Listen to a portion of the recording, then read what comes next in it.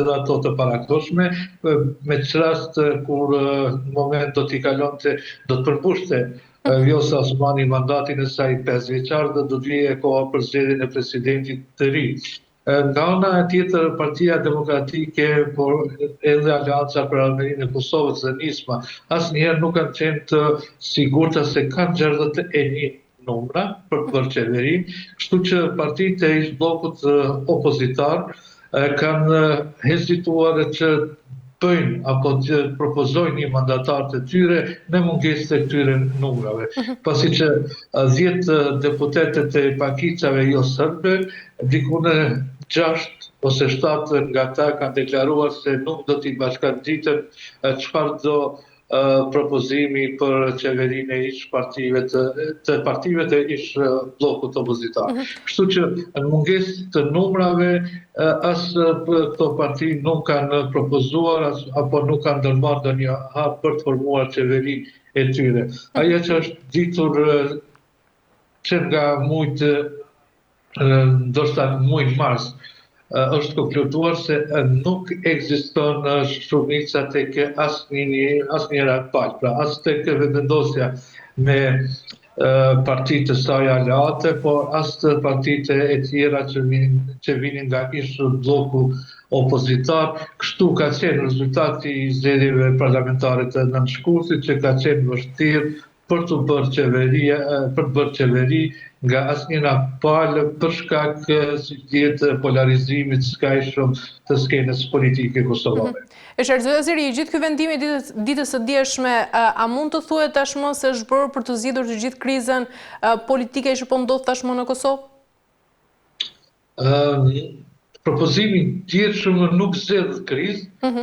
thellon krizë. Është një propozim për të blerë kohën, siç thash edhe më parë, pasi që vendosja llogarit se data që asaj do t'i konvenonte është 28 dhjetori për të organizuar zgjedhjet e parakohshme parlamentare në Kosovë, kështu që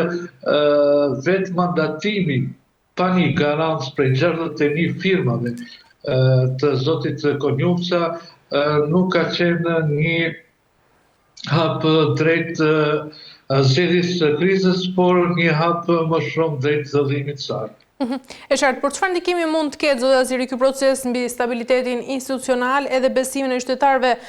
tek institucionet pas këtij vendimi? Tani thjesht Kosova po hyn në një krizë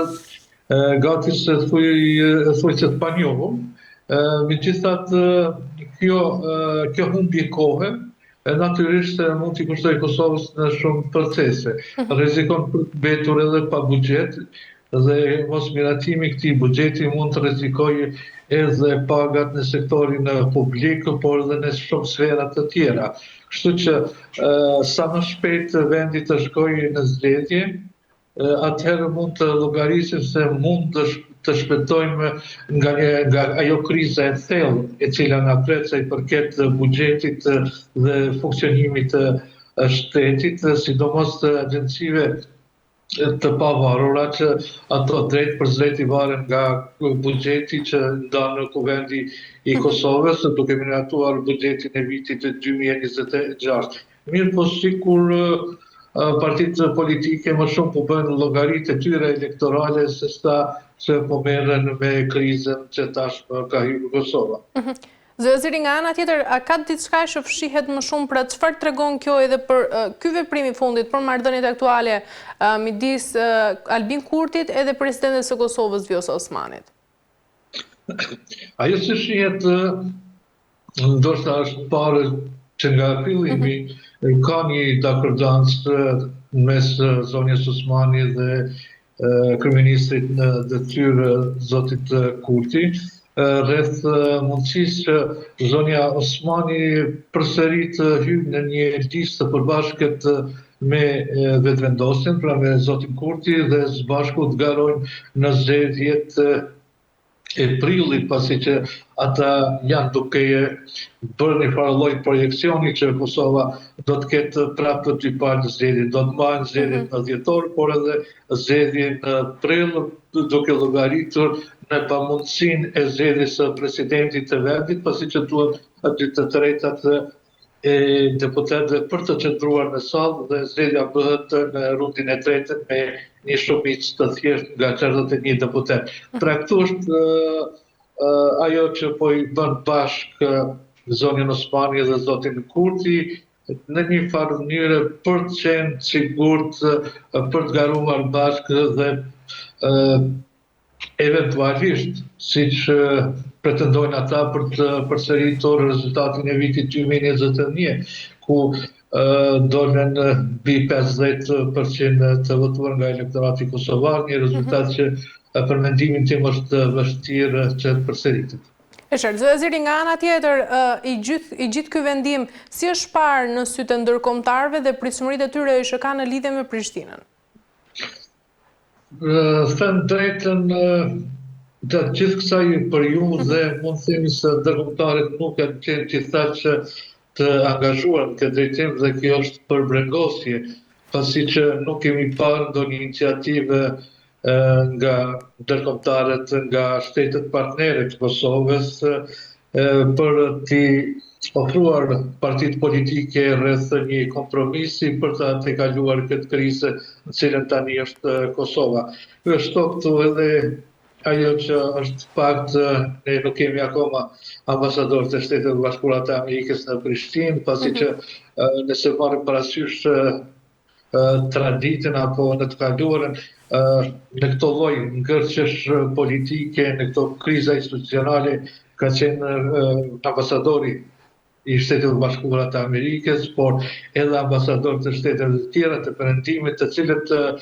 kanë shtyrë partitë politike për të bërë kompromis dhe për të gjetur zgjedhje në rast të krizave. Ndërsa këtë rast ne nuk kemi parë ndonjë interesim gjithsesi të theksuar të faktorit ndërkombëtar për të ndihmuar apo për të shtyrë partitë politike drejt kompromiseve që do të rezultonin me formimin e qeverisë dhe me daljen nga kjo krizë në cilën jemi. E qartë. Mirë, zoti Zeri, një tjetër çështje e rëndësishme është edhe ajo që vjen lajmi nga Bashkimi Evropian, ku komisionerja e zgjerimit TBS Marta Kos ka sinjalizuar nga Brukseli se Bashkimi Evropian mund të heqë së shpejti masa ndëshkuese të vendosura ndaj Kosovës në vitin 2023. Ne ndjekim insertin dhe rikthehemi për të kuptuar më shumë. Komisionerja e zgjerimit Marta Kos ka deklaruar të martën nga Brukseli se BE mund të heqë së shpejti masa ndëshkuese për Kosovën të vënave në vitin 2023 pas rritjes tensioneve në veri. Përsa i përket masave ndëshkuese ndaj Kosovës, në progres raport ne besojmë se mund të heqim këto masa sa më shpejt jetë e mundur, pasi edhe zgjedhjet lokale u zhvilluan në mënyrë të qetë dhe normale, tha Kos. Ndërkohë nga ana tjetër, Kos mbajti një shëndrim më kritik sa i përket Serbisë, duke thënë se duhet i përmbahet angazhimeve. Sa i përket Serbisë, progres raporti është kritik sigurisht. Nga ana tjetër, ne jemi në mënyrë konstante në komunikim me qeverinë me presidentin Vučić. Ata na kanë premtuar se do të arrijnë të përmbahen angazhimeve. Ne po presim që kjo të ndodhë në të ardhmen e afërt. Ka qenë një vit i vështirë për Serbinë sepse ka patur një proces ku krijuar një qeveri e re. Ne duhet të pranojmë që duhet të ketë një ritëm tjetër në zbatimin e rekomandimeve që kanë të bëjnë me ligjin e ri elektoral. Vazhdojmë të Kos gjatë një konferencë që mbajti me gazetarët pas prezantimit të progresit raportit për vendet kandidate për në Bashkimin Evropian. Mirë, zoti Zeri, cili është mesazhi politik që dërgon deklarata e Marta Kos për heqjen e masave ndaj Kosovës pikërisht në këtë moment? Heqja e masave ndëshkuese të Bashkimit Evropian për Kosovën, bazuar edhe në atë çfarë ka thënë Marta Kos, por edhe në deklarata që vinin gjatë ditëve të kaluar nga Brukseli, lidhen në drejt për drejti tashmë pas zgjedhjeve lokale se si do të bëhet apo realizohet periudha e tranzicionit të pushtetit nga që ka të bëjë sidomos me 4 komunat në veri të Kosovës, pra me Mitrovicën e Veriut, Zvečanin, Leposavicin dhe Subi Potokun, që kishin ndërmjetani kryetar udhëhiqshin nga kryetar shqiptar. Dhe varet shumë se si do të bëhet ky tranzicion tashmë, kur dihet se lista serbe ka fituar të 4 komunat që në rundin e parë. Megjithatë, unë përsëri kam